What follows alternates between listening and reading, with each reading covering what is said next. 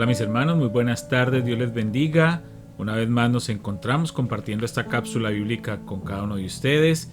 Esperamos que sea de bendición, que podamos escuchar la voz de Dios hablándonos a través de su palabra y que esta reflexión sea edificante para cada uno de nosotros y para las personas con las quienes compartimos estas cápsulas.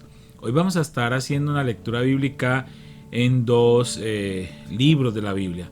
Vamos a leer en Números capítulo 21 del 4 al 9 y Segundo de Reyes capítulo 18 del 4 al 7. Números 21, 4 al 9, Segundo de Reyes 18, 4 al 7. Comencemos en Números. Dice: Después partieron del monte de Or, camino del Mar Rojo, para rodear la tierra de Edom, y se desanimó el pueblo por el camino. Y habló el pueblo contra Dios y contra Moisés: ¿Por qué nos hiciste subir de Egipto para que muramos en este desierto? Pues no hay pan ni agua, y nuestra alma tiene fastidio de este pan tan liviano. Y Jehová envió entre el pueblo serpientes ardientes que mordían al pueblo, y murió mucho pueblo de Israel. Entonces el pueblo vino a Moisés y dijo: Hemos pecado por haber hablado contra Jehová y contra ti. Ruega a Jehová que quite de nosotros estas serpientes. Y Moisés oró por el pueblo. Y Jehová dijo a Moisés: Hazte una serpiente ardiente y ponla sobre una asta, y cualquiera que fuere mordido y mirare a ella vivirá. Y Moisés hizo una serpiente de bronce y la puso sobre una asta, y cuando alguna serpiente mordía a alguno, miraba a la serpiente de bronce y vivía. Segundo de Reyes. Él quitó los lugares altos y quebró las imágenes y cortó los símbolos de acera e hizo pedazos la serpiente de bronce que había hecho Moisés, porque hasta entonces le quemaban incienso los hijos de Israel, y la llamó Neustán. En Jehová, Dios de Israel, puso su esperanza.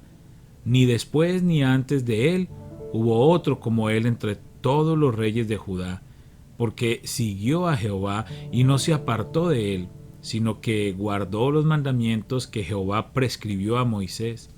Y Jehová estaba con él, y a donde quiera que salía prosperaba. Él se rebeló contra el rey de Asiria y no le sirvió. La lectura de nuestro pan diario para hoy se titula El Sanador Supremo.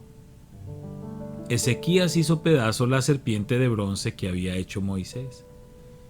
Cuando un tratamiento médico empezó a aliviar las alergias alimentarias severas de un familiar, me entusiasmé tanto que empecé a hablar de eso todo el tiempo y a elogiar al médico que había creado el programa. En un momento, unos amigos comentaron: el mérito de la sanidad siempre debería ser de Dios. Esto me hizo pensar: ¿había sacado mis ojos del Sanador Supremo? Israel cayó en una trampa similar cuando empezó a quemar incienso a una serpiente de bronce que Dios había puesto para sanarlos. Adoraron de esa manera hasta que Ezequías lo identificó como idolatría e hizo pedazos la serpiente de bronce que había hecho Moisés. Varios siglos antes, serpientes venenosas invadieron el campamento israelita, mordieron a los israelitas y muchos murieron. Aunque la rebelión espiritual había causado el problema, el pueblo clamó a Dios pidiendo ayuda. En su misericordia, Él dirigió a Moisés a esculpir una serpiente de bronce y colocarla en alto para que todos la vieran. Cuando la gente la miraba, se sanaba. Piensa en los regalos de Dios para ti. ¿Acaso alguno se ha transformado en un objeto de alabanza en vez de una evidencia de su gracia? Solo nuestro Dios Santo, la fuente de toda buena dádiva, es digno de alabanza. Preguntas: ¿cómo te ha mostrado Dios su bondad a través de otras personas? ¿Por qué es tan fácil adjudicar a otros el mérito de lo que Dios ha hecho en tu vida? El sanador supremo. Esta historia de Israel es una historia que se repite también hoy en día. Cómo Israel estaba enfrentando una situación complicada porque estaban apareciendo serpientes que mordían a los israelitas y morían. Entonces Dios, en su misericordia, le da órdenes a Moisés para que elabore una serpiente de bronce, la ponga en un asta a lo alto, y cualquier persona que fuera mordida miraba a la serpiente y era sanada. Eso fue un acto de misericordia de Dios para los israelitas en ese mismo instante, pero el propósito de esa bendición era que ellos fueran sanados de las mordeduras de las serpientes. Cuando pasó el peligro de las serpientes, ya el objeto que era de bendición y para sanidad ya no cumplía ese propósito, porque ya no los estaban mordiendo las serpientes, pero el pueblo empezó a crear una necesidad de tener esa serpiente. Empezó a crear un ídolo de esa serpiente.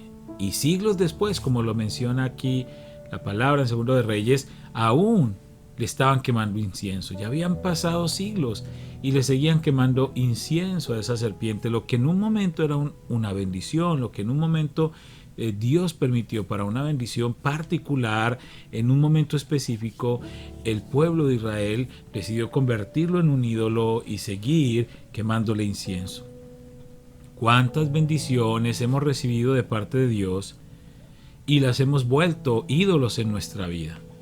¿Cuántos objetos o cuántas personas o cuántas situaciones hemos recibido nosotros como bendición de parte del Señor, mostrándonos su bondad a través de esas bendiciones? Pero nosotros nos hemos hecho dependientes de esas bendiciones y hemos volcado ahora entonces toda nuestra fe o parte de nuestra fe a esas bendiciones.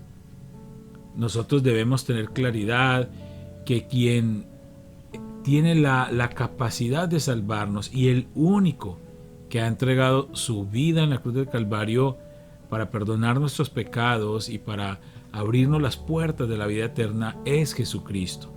Nadie ni nada merece adoración aparte de Cristo.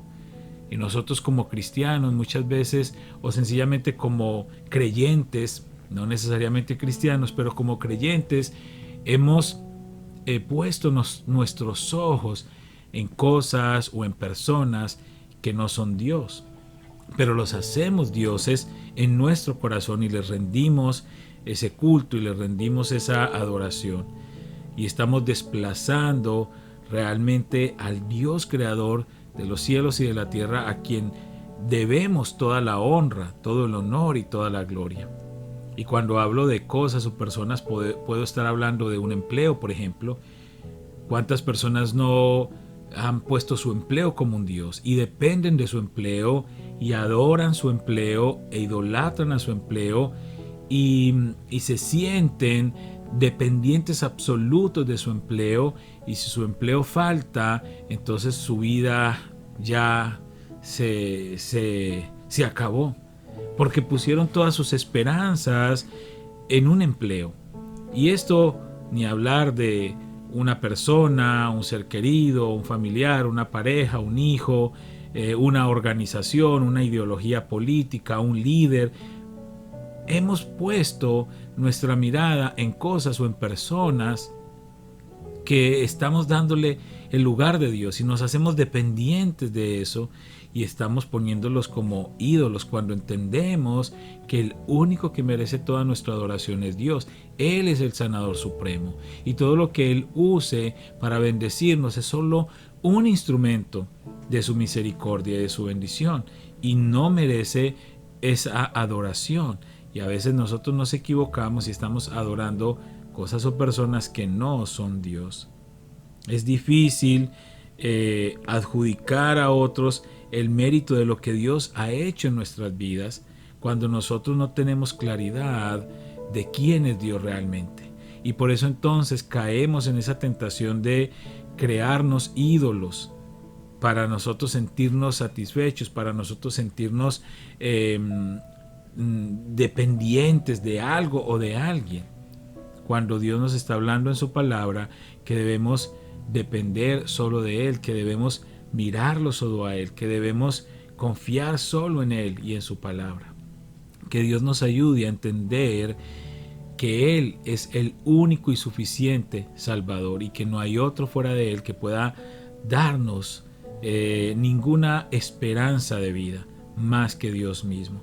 Que Dios nos ayude en ese deseo y en ese propósito. Padre, te damos gracias en esta hora por tu fidelidad y tu misericordia. Y gracias, Señor, gracias por todo lo que eres y por lo que haces para y por nosotros. Gracias, Señor, porque entendemos que tú eres la única fuente de vida y de poder, a quien podemos adorar con toda alegría, con todo gozo, con toda libertad. Es el único que mereces toda nuestra adoración. No puede existir nada ni nadie que nos robe esa adoración que tenemos para ti, Señor. Que podamos entender que hay un sanador supremo y que aunque tú utilices otros recursos, otras personas para bendecir nuestra vida, esas personas o esas cosas son solamente un recurso de tu poderoso amor, Señor.